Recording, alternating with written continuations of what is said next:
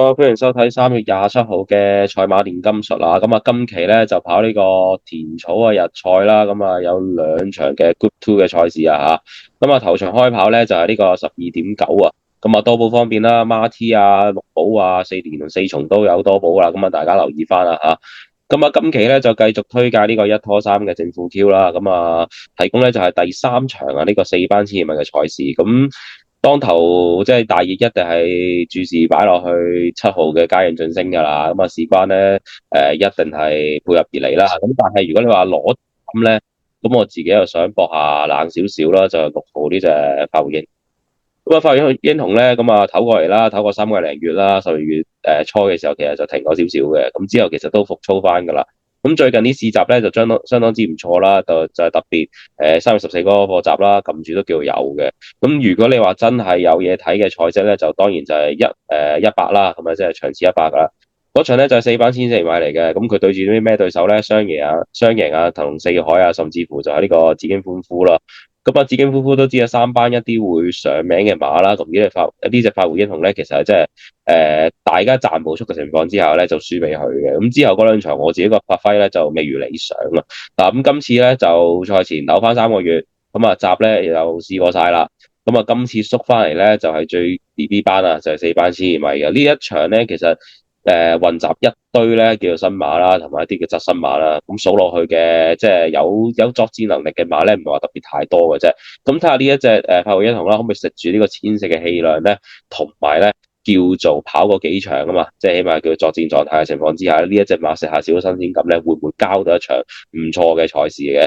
咁啊，今次七檔咧就唔會預期話擺太前嘅，因為事關咧佢試過咧跑得最好咧，就當然就唔係擺最前啦，就叫守5、6位嘅。咁如果七檔好運嘅放到去呢個二碟位咧，咁都相當之好跑啦。即係前面起碼有隻初出嘅嘉應晉升管估佢都會擺前少少噶啦，甚至乎上場房嘅海陸寶咧都會擺前嘅。咁所以呢場有基礎嘅步速啦。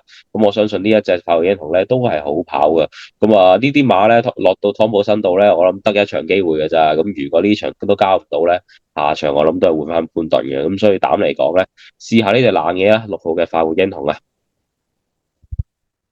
冇錯啦，快活英雄呢隻馬咧，季內其實喺1200同埋1400嘅賽事入邊咧，都交過一啲接近嘅表現嘅。特別值得一提嘅咧，就係即係173同埋241嗰兩場比賽咧，都可以睇得出咧呢一隻馬都係當其時個階段咧，都係比較自戀一啲。咁先講啦，173嗰場賽事啦，其實跑咧都算有心機㗎啦，12檔一嘢埋到個二碟嗰度。咁但係咧，我見到隻馬個走規上面咧，都有少少自戀嘅感覺啦。去到大約200米左右嘅即係途程嘅時候咧，好似有少少衝一衝啊，就衝得唔係好順咁樣嘅情況出現啦。咁即使你話嗰場賽事咧，衝翻上嚟少少都好啦，咁但係仍然都唔能夠威脅咧前面嗰幾隻馬匹嘅。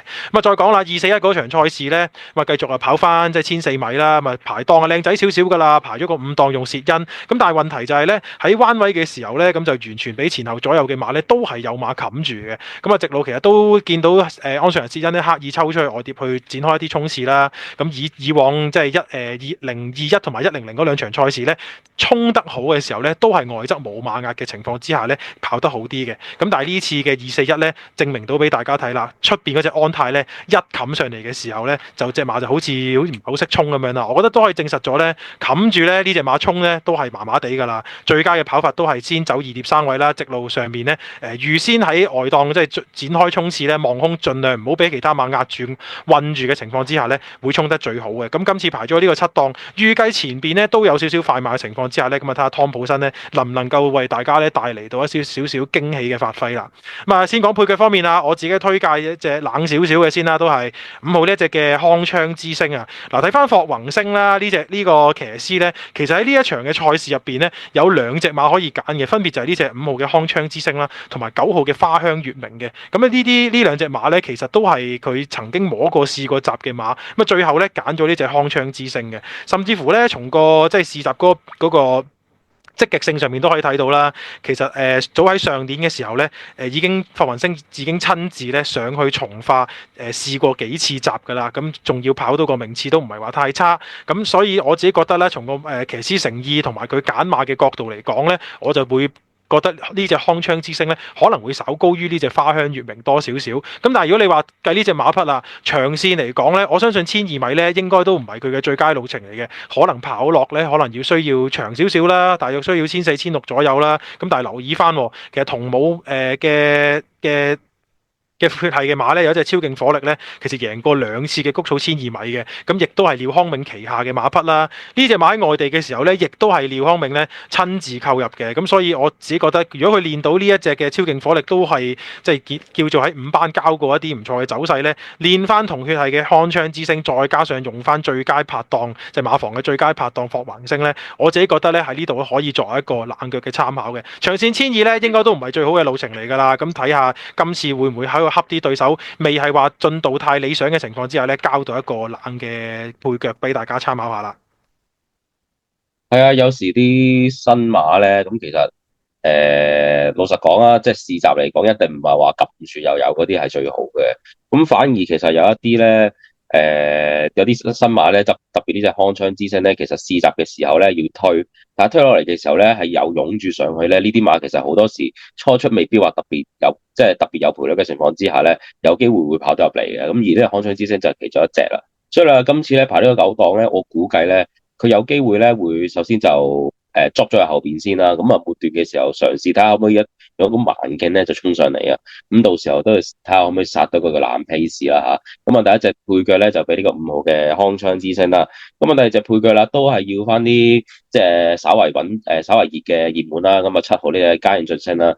咁其實呢個嘉應晉升咧，咁啊血統嚟講就唔使多講啦。咁一定係啲大熟嗰啲啦。大熟即係大熟當打嗰啲嗰啲種馬啦，咁同埋佢啲試集咧都係幾得人驚嘅。咁啊3月14啦，同埋3月6號嗰個試集咧，仲填下安士嘅兩個試集都係撳住嚟走嘅，都係叫跑甩嚟贏嘅。咁所以咧今次咧都9成9咧係講緊呢兩倍大熱門嚟㗎啦。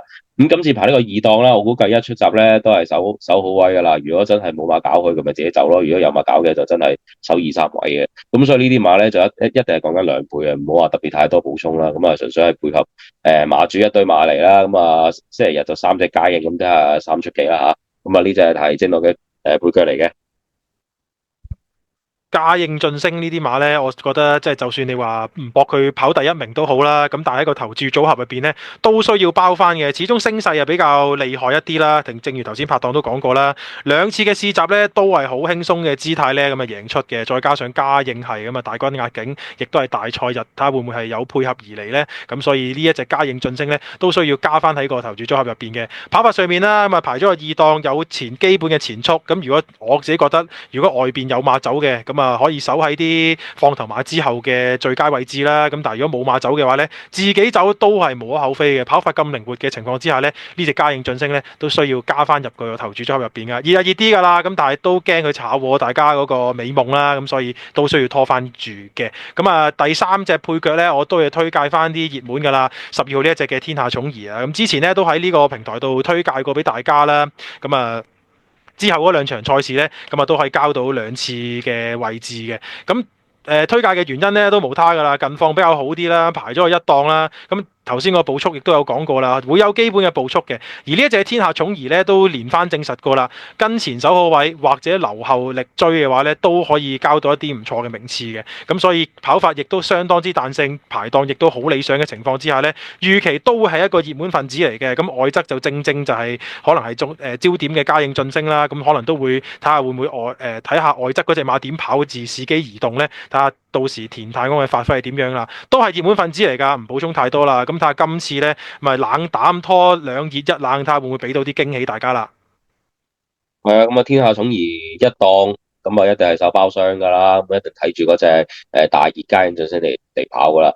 穩陣嘅3甲嚟講，咁啊純粹睇下有邊隻搏殺，有邊隻喺度嘅，就純粹replace 佢位啊嘛。我估都係3甲馬嚟嘅，咁但係都一定係次熱啦嚇，咁就唔補充太多啦。